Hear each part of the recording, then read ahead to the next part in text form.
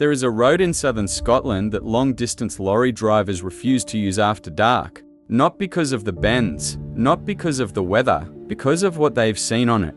The A75 runs for 95 miles through Dumfries and Galloway, from Gretna Green on the English border all the way to Stranraer on the west coast. Most of it is unremarkable, a quiet trunk road through border country.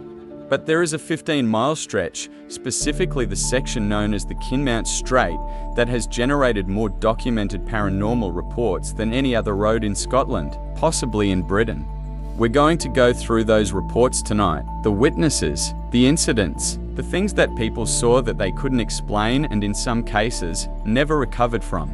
And then we're going to look at what might actually be happening on the A75. To understand the A75, you need to understand where it sits. Dumfries and Galloway is the southernmost region of Scotland, a wide, largely empty stretch of farmland, moorland and coastline that forms the border with northern England. It's one of the least densely populated areas of Britain. At night, large sections of it are completely dark.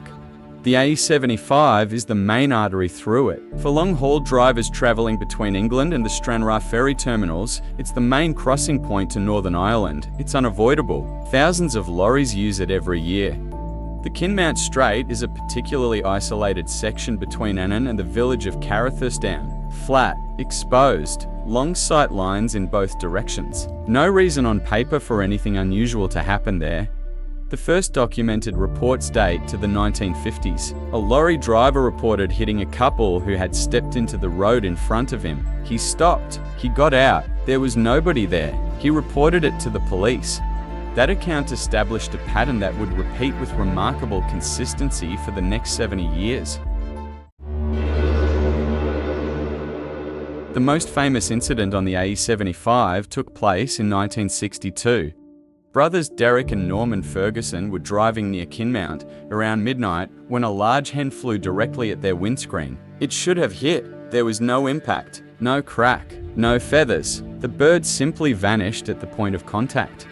Before the brothers could process what they'd just seen, an old woman appeared in the road ahead of them, running toward the car, arms outstretched. Then a screaming man with long hair. Then a procession of animals, giant cats, wild dogs, goats, creatures they couldn't identify. All of them appearing at speed, all of them vanishing on impact or before it. The temperature inside the car dropped sharply. When the brothers stopped, the car began to shake violently, rocking back and forth. The shaking stopped only when Derek got out. As they sat trying to make sense of what had happened, a large phantom furniture van appeared ahead of them on the road, driving directly toward them on a collision course. It disappeared before it reached them. The brothers later discovered that the area around Kinmount had historically been used for witchcraft. They never drove that section of road again. But the Fergusons are not an isolated case. They are the best documented case in a catalogue that spans decades.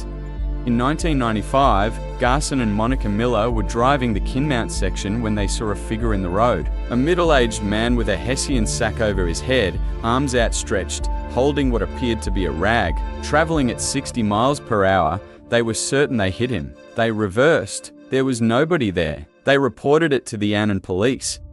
In 1997, Donna Maxwell was driving home to Annan with her 2 children in the car when a man jumped out in front of her vehicle. She was traveling at 50 miles per hour. She braked. She was convinced she'd hit him. She stopped the car, got out, searched the road. Nothing. She reported it to the police in Annan.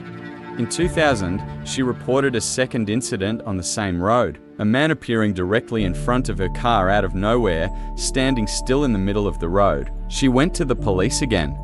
There is also the account of an unnamed lorry driver, documented by paranormal investigators John Hill and Kathleen Croney of the Mostly Ghostly group, who parked on the Kinmount Straight overnight. He woke at around 3 in the morning to find a procession of people passing by his cab. Bedraggled, pale figures, pulling handcarts, moving in silence. The procession went on for what felt like a long time. He watched it, frozen, until it ended.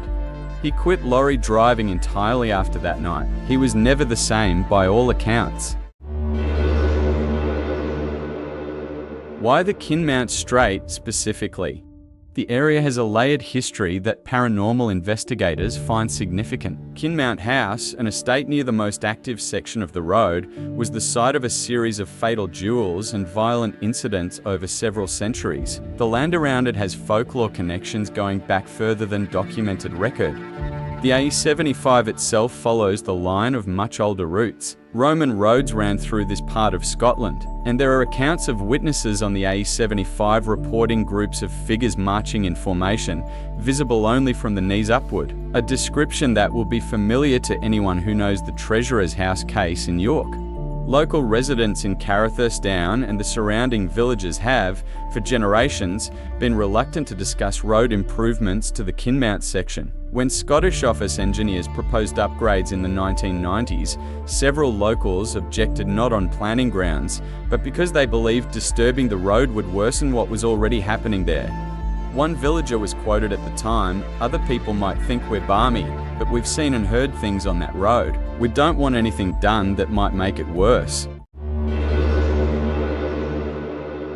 There are several rational explanations on the table for the A75, and they're worth taking seriously. Researchers at Edinburgh's Kessler Parapsychology Unit have pointed to a combination of factors: driver fatigue on long rural routes, the optical effects of mist and low visibility on the Kinmount Straight's flat terrain, and pareidolia, the brain's tendency to find recognizable shapes in ambiguous visual information. A bag in the road becomes a figure. A deer becomes a woman in white. Your exhausted brain fills in the gaps. These are plausible explanations for individual incidents. The problem is the volume and consistency of reports across witnesses who had no contact with each other. Long-distance lorry drivers working separate routes, reporting the same figures in the same locations, decades apart. The researchers at Kessler concede this. Their own assessment is that the A75 generates a higher density of consistent, multi-witness reports than any comparable stretch of road in Scotland. Whatever the explanation, rational or otherwise, something is happening there that isn't fully accounted for. Some investigators have proposed geological explanations. Magnetic anomalies in the ground beneath the Kinmount section that might cause unusual electrical fields, affecting perception or even producing visual phenomena directly. This theory, sometimes called the tectonic stress hypothesis, has been used to explain haunting clusters in other locations. There is no confirmed evidence of it at the A75, but it hasn't been ruled out either. Here is what we can say with confidence about the A75. Reports have been consistent for at least 70 years. The same stretch of road, the same types of apparition, figures in the road, animals that vanish, phantom vehicles, witnesses who had no knowledge of previous accounts describing the same things in the same locations. Multiple reports were made to the Annan police, who recorded them. These are not internet stories. They are documented accounts from ordinary people who, in many cases, went to the authorities because they were convinced they had been involved in an accident and found nothing when they looked. The rational explanations, fatigue, pareidolia, visual distortion, explain some of it. They don't explain all of it. They don't explain the consistency. They don't explain why the Kinmount Straight and not the other 80 miles of the A75. The lorry driver who quit after watching the silent procession pass his cab at 3 in the morning. The investigators who documented his account described a man who was visibly shaken telling his story years later. Not performing, not embellishing, just trying to describe something that had no framework to fit inside. He saw something on the Kinmount Straight that changed him. Whatever it was, it's still there.